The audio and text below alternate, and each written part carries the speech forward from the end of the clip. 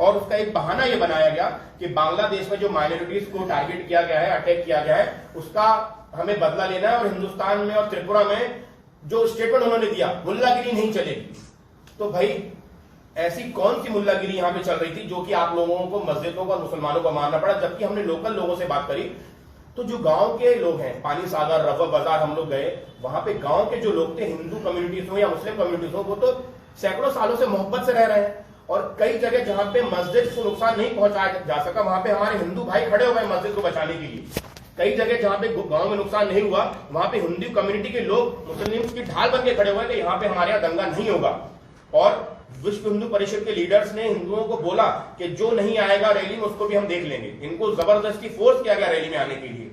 लेकिन आज भी आप सब जानते हैं कि 80% लोग, चाहे वो हिंदू हो चाहे मुसलमान हो, अमन पसंद है और एक दूसरे के लिए उनके दिलों में मोहब्बत है। लेकिन ये जो मोहब्बत बिगाड़ने का काम मुझे लगता है विश्व हिंदू परिषद और त्रिपुरा सरकार की आड़ में कर रही है। इस पे सरकार को और सुप्रीम कोर्ट को और त्रिपुरा हाईकोर्ट ने तो कॉग्निस ऑलरेडी ले लिया है। अब मुझे ये देखना है, आप लोगों को भी देखना है कि कितने ऑफिसर्स जेल जाते हैं और कितने विश्व हिंदू परिषद के लीडर्स जेल जाते हैं। हमारी कुछ मांगे हैं कि जितना भी नुकसान हुआ है, मॉस्क का, मस्जिद का डिमोलिशन हुआ है या फिर आग लगाई गई है या तोड़ा गया है, मैं आपको हमारी जो मांगे हैं वो मैं पढ़ के बताना चाहूंगा। सरकार हाईकोर्ट के सेवानिवृत्त जज की अगुवाई में जांच कमेटी बनाकर पूरी घटना की जांच करवाए। पीड़ितों की शिकायत पर आवश्यक तौर पर अलग अलग एफआईआर लिखी जानी चाहिए। इस उपद्रव की वजह से जिन लोगों के वाणिज्यिक प्रतिष्ठानों को आर्थिक नुकसान हुआ है, उन सभी को राज्य सरकार द्वारा उचित मुआवजा तय किया जाए व उसकी भरपाई जल्दी की जाए, ताकि ये बेगुनाह अपनी जिंदगी को दोबारा से पटरी पर ला सके और खत्म हो चुके उनके व्यापार और धंधे सुचारू रूप से पुनः शुरू हो सके। आगजनी और तोड़फोड़ में प्रभावित हुए धार्मिक स्थलों को सरकार अपने खर्च पर दोबारा बनवाए। हिंसा होने की आशंका के बावजूद कठोर कदम नहीं उठाने के कारण हुई हिंसा में थानाधिकारी की जिम्मेदारी तय की जानी चाहिए। उनको तुरंत अपने पद और थाने से हटाकर नया थानाधिकारी लगाया जाना चाहिए। रैली में पैगंबर मोहम्मद के अपमान करने वाले नारे जिन्होंने लगाए, उन व्यक्तियों और संगठनों के विरुद्ध कठोर कार्रवाई की जाए ताकि दोबारा राज्य का सौहार्द वातावरण खराब नहीं हो सके।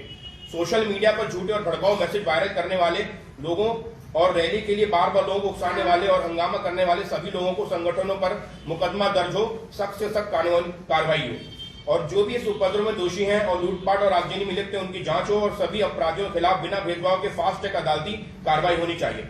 मैं अपनी बात यहीं समाप्त करूंगा। अब मैं रिक्वेस्ट करूंगा हमारे साथी मुकेश जी से, एडवोकेट मुकेश जी जो कि सुप्रीम कोर्ट में लॉयर हैं, वो अपनी बात रखें। माइक सेटअप इधर करेंगे या माइक कर दीजिए, तब ऑडियो अच्छा है। नहीं, या मतलब इधर स्पीकर को इधर बिठाना चाहिए। स्पीकर भी यहाँ बिठा देते हैं, फाइन ना, तब इजी ना, आपका चेंज हो जाएगा। हाँ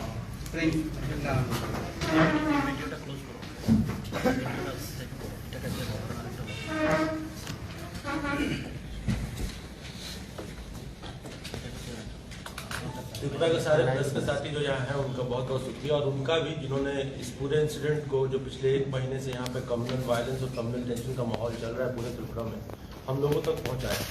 हम त्रिपुरा से 1800 किलोमीटर के आसपास दूर बैठे थे और हमें लगा कि यहाँ कुछ ऐसा हो रहा है जिससे पूरे हिंदुस्तान को खतरा है। तो हमने ये टीम बनाई जो आपके सामने है, जिसका परिचय आप लोग को ऑलरेडी दे चुके हैं।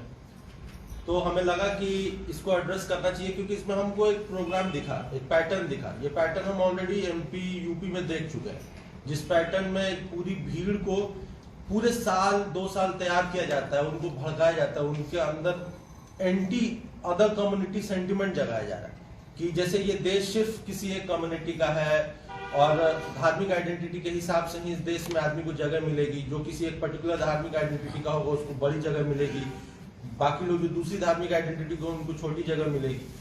तो ये पैटर्न हमें आपके जरिए न्यूज चैनल्स पे, सोशल मीडिया चैनल्स पे दिखा कि ये शायद वही हो रहा है। जो हमने दंगे देखे और मॉब का वो नारेबाजी देखी, जो पहली बात नहीं है, हम मध्य प्रदेश भी जा चुके हैं, वहां भी देखा हमने, सेम पैटर्न था, सेम तरह से लोग बातें कर रहे थे, सेम वही भड़काऊ नारे बना रहे थे जो कि ग्राउंड पे नहीं बनाए जा सकते। वो काफी क्रिएटिव नारे हैं जो बैठ के किसी कॉन्फ्रेंस रूम में या किसी मीटिंग रूम में बैठ के तय किए गए और तब जाके जमीन पे लगाए जा रहे हैं। तो इसके लिए आप लोगों का बहुत बहुत शुक्रिया कि आप लोग ने ये बात पूरे देश में फैलाई, जिसके चलते आज हम यहाँ हैं और देख पा रहे हैं कि एग्जैक्टली हो क्या रहा है।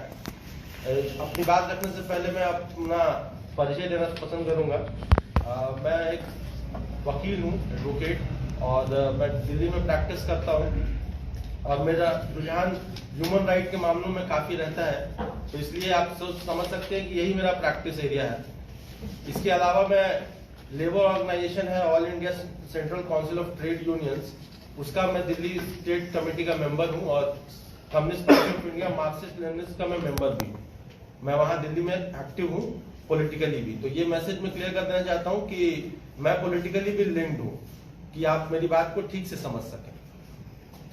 अभी जब से हम लोग यहाँ आए हैं तो हमने काफी आयरनीज देखी, मतलब कोई एक सिमिलर पैटर्न नहीं है, एडमिनिस्ट्रेशन का भी सिमिलर पैटर्न नहीं है। पहला दिन हमारा जो डेस्टिनेशन था वो उदयपुर गोमती विलेज में था, जो कि साउथ टू त्रिपुरा है, सॉरी अगरतला है। वहां हम गए तो वहां एडमिनिस्ट्रेशन इतना रिलक्टेंट था हमें ग्राउंड पे बात करने देने से और फैक्ट्स को पता करने से, कि the all establishment of the police force in the district came to our spot and made their each and every effort कि हम लोग बात ना कर पाए। इनफैक्ट वहां पे हम दोनों कम्युनिटी के लोगों से ठीक से बात भी नहीं कर पाए। And they were so adamant and so rude कि उनको किसी भी कॉन्स्टिट्यूशनल प्रावधान से कोई फर्क नहीं पड़ता है। वहां मुझे लगा कि I am in A police state, यहाँ पे पुलिस के अलावा दूसरे किसी के पास कोई अथॉरिटी नहीं। लेकिन फिर जब हम कल विजिट कर रहे थे और कैलाश आर्या की डीएम से बात हुई हमारी, तो एक पॉजिटिव रिस्पांस मिला। उन्होंने बताया पूरी चीजों को कि उनके डिस्ट्रिक्ट में क्या है, और बिल्कुल साफ साफ बताया। And he even called me today morning कि आप लोग सर आ रहे हैं and we would like to arrange for your security and all. तो मुझे ये लगा कि देखिए, एक वही गवर्नमेंट एस्टेब्लिशमेंट है, एक वही ऑफिसर है जो कितना मतलब अपने ड्यूटी को लेके कितना मतलब इफेक्टिव है और कितना मन से अपनी ड्यूटी को कर रहा है। और वहीं एक दूसरे डिस्ट्रिक्ट में हमने देखा कि पूरा पुलिस एस्टेब्लिशमेंट त्रिपुरा की पूरी छवि को खराब करने पे लगा हुआ है। हम किसी एक कम्युनिटी के नुमाइंदे नहीं है, हम दोनों कम्युनिटी से जानना चाहते हैं कि ये कम्युनल टेंशन हो क्यों रही है। इस देश में आज तो कोई दो रिलीजन के लोग साथ नहीं रहने आए हैं, बहुत दिनों से रह रहे हैं, और वो लोग यहाँ रह रहे हैं और बहुत शांति से रह रहे हैं। तो आज अचानक क्या हो गया और त्रिपुरा में क्या हो गया कि ये कम्युनल टेंशन फ्लेयर अप करने लगी। तो हमने सोचा कि बात करें, तो उनको इससे भी समस्या है। हिंदुस्तान का नागरिक होने के लिए यहाँ अमेरिका की तरह ड्यूअल सिटीजनशिप तो नहीं है कि मुझे कोई वीजा लेना पड़ेगा स्टेट में आने के लिए या कोई परमिशन लेनी पड़ेगी। मैंने चेक भी किया, धारा 144 भी नहीं लगी थी कि मुझे इन्फॉर्म करके जाना हो। उसके बावजूद भी and I was ready to fulfil the state commitments कि मुझे अगर किसी से परमिशन लेनी है, किसी को इन्फॉर्म करना है साइट पे जाने से पहले, दे वर सो रिलक्टेंट कि उनका ये था कि आप यहाँ से जाइए। और उनको देख के ऐसा लग रहा था कि वो पता नहीं क्या छुपाने की कोशिश कर रहे हैं।